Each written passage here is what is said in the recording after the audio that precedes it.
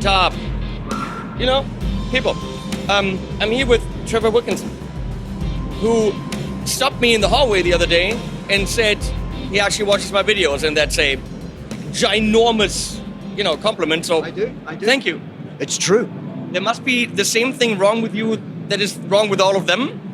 Either you have too much time, or No, I don't think there's anything wrong with it. I just think it's interesting to see somebody talk sense about things. thank you so much. It's a huge compliment. And to hear nice playing as well. That really helps. You butter me up. It's true. Come No, on. it's true. No, Come it's on. true. I think he wants something from me. No. Really? At Guitar Summit, I talked to Pete Thorne, who also has this tiny YouTube channel, and he can play a C major. And Pete, on his Sewer signature, has a thing that looks like a standard, I always call them vintage style. For me, there's a fixed bridge, there's a Floyd, and everything in between I call vintage style bridges, which of course is wrong, because you could call it a Wilkinson style bridge. You can. Yeah. We like that. Or maybe Strat style, but that's Strat style, and then Wilkinson. What I mean is not a Floyd. Correct. Wibbly wobbly, that's not a Floyd, for me is a vintage style bridge. So you made a wibbly wobbly that is a Floyd, but is a vintage style Wilkinson thing, something in between. Yeah, I kind of think it's using some technology which Floyd would be known for, which is obviously locking strings. Yes. And Wilkinson has never really been known for locking strings. We've always been the guy that's rolled, the guy that sort of like says you don't need to use a wrench and all those kind of things. And I think that's very important. But I started to notice that even though we did our staggered drilling blocks and we tried all different ways of keeping people in tune, sometimes people still revert to what they expect. And what they were talking about was a six in line standard kind of like stringing, ball end down here. We know from experience that actually doesn't really stay in tune. But if that's what people want and that's what people are expecting, I think it's my job to try and keep them in tune. So if they don't understand my stagger drilling and they don't understand my deep drilling and all those kind of things, then I looked at it and said, okay, maybe we should look and help them solve the problem a way that is not normal for Wilkinson or has not been known for Wilkinson. So we basically decided that with a little simple, elegant design, we would just use one screw to lock the string at the intonation point. We don't have to cut off the ball end because the ball end still sits here. All the tensions and all the feel and all the sound is still there.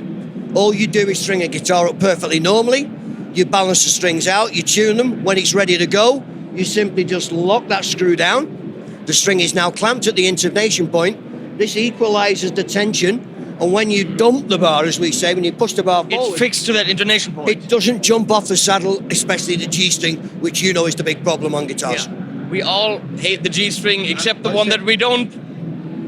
There's one, but it's not. We're not talking about that. No, we're not going. Hey, Cheddar Kung Pao cameraman, come here, because we're talking about little fiddly bits. So We are. right here, you go in with your. Oh, this has quite some weight to it. That's steel. nice. It's Yeah. steel. It's steel. So go in with your ball end right there, and then String it normally. Comes up. String comes out. It goes underneath this screw. Goes to the tuners. Tune it normally. Balance it all out. Stretch your strings. Get everything working. When you're ready to go, you just simply turn that screw till it locks the string in place. You've not had to cut the ball end off or do anything like that. It's very simple. As Pete says, still sounds like the bridge he likes. Still sounds vintagey, if you want to use that word. Feels right. Everything. It's just that it stays in tune. So those screws would have to come out quite a bit for the string to go under, right? There's about 3 turns for a low E. Okay. Yeah, but there's lots of gap to go at. There's lots of threads there. So there's it's kind of the idea of a Floyd, but without the locking bridge, the locking nuts. Correct. Without the fine tuners, you don't tune back here. No. So you have the lockiness of a Floyd, Yep. without any of the crap that you have with a Floyd. I'm glad you said that because I can't say that. Well, I mean, No, I mean, I have tremendous respect for Floyd. I always have. Floyd and I are friends. We know each other. Everybody's always said to me, oh, you're competition with Floyd. And I say, no, we're not. We're the alternative. There's the guy that wants the Floyd, and there's a lot of people still want that, and I admire that. That's great. We do it a different way. I got no problem with the man. when I talk about, obviously I talk about all the different locking systems.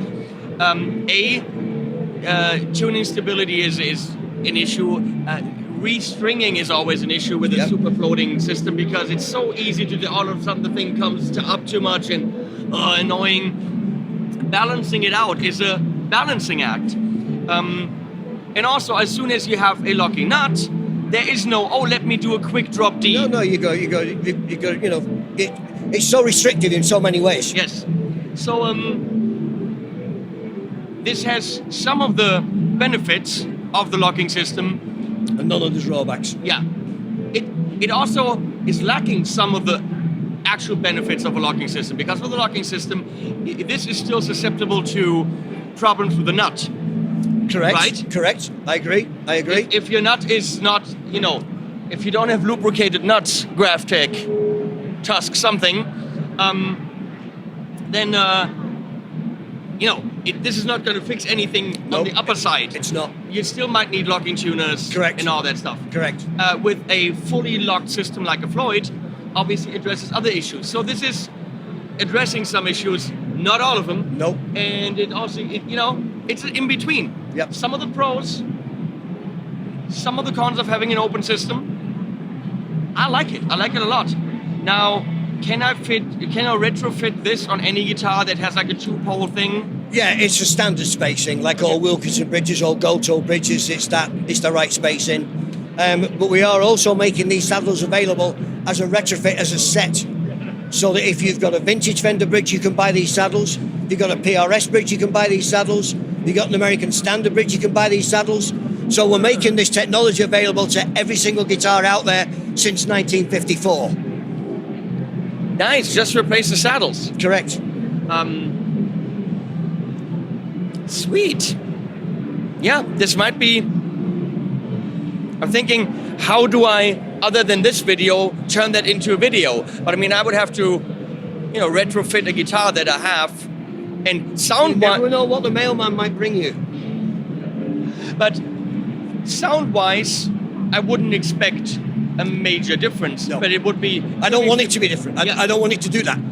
I want it to sound like you expect it to sound. Exactly, but it would be a stability thing. Yeah. Clever man, but you've been doing this for a while. Quite a while. Yeah. You've innovated quite a bit. A little bit. It's very kind of you to say so. I mean, when there's like people say, well, there's the Floyd Rose, which is synonymous with even the Ibanez Low Pro Edge, we call it Floyd Rose. Yeah. Well, it's just that kind of system. I mean, it created a whole playing style. Exactly. It really, really did. But there's the guys that still play that style, but there's then the guys that want the subtlety. And I always refer to these truly are vibratos, they're not tremolos. But it's a used word everybody uses. The tremolo is a change in volume, a vibrato is a change in pitch.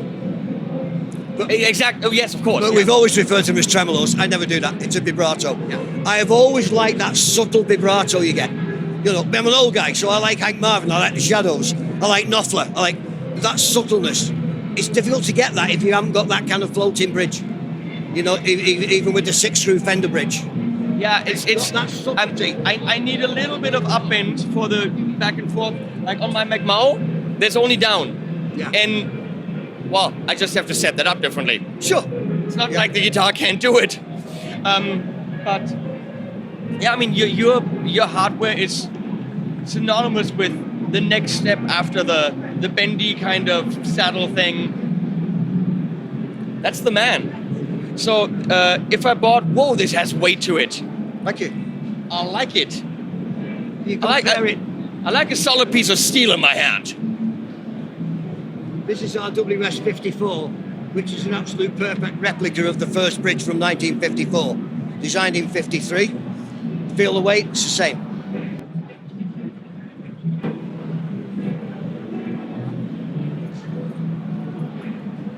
I'm a kid. What can I do?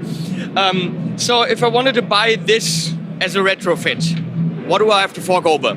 It's going to be about $229 US dollars. If you look on, we've got a Reverb shop, Wilkinson Direct. If you go and look on Reverb, it will be on next week. This is the launch of it at the show. So it will be available from next week. But Pete had his since last year. Pete. No, with respect, I showed it to John. John said, this is great. He gave it to Pete. Pete's been doing the shakedown run. So he's been using this for like 8-9 months. He's still using it. That tells me it works. Yeah, that's a very good point. Pete is not going to go on stage with something that doesn't work. This is what people forget. Guitar players go on stage, the last thing they want to think about is their hardware. They've got to perform. If they're sweating the fact that they've just done this phenomenal lead break, now they've got an arpeggio and they're thinking it might be out of tune, they can't do that. It's got to work. Pete knows his shit too, so yeah. And with someone like me, if I had installed this on a guitar, that's a guitar that gets used here or there. With Pete's guitar, that's the one he plays hardcore. Yeah. So that makes a lot of sense to have him, So he's road tested it. Yeah. So, in store, well, now already, because this video comes out in who knows when, might be a while from now to when it's now. I love the weight of this. It's just it's a solid piece of steel. Who doesn't like that? So, thank you so much, Trevor. My pleasure, thank you. Good thing. We'll be in touch. Great. I like it. Links below, whatever I can find, and animals at the end. Walk with me and see through my eyes. Try to keep up, and you will under.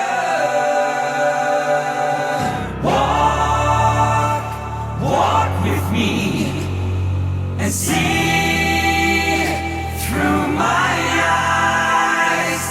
Try to keep up, and yeah.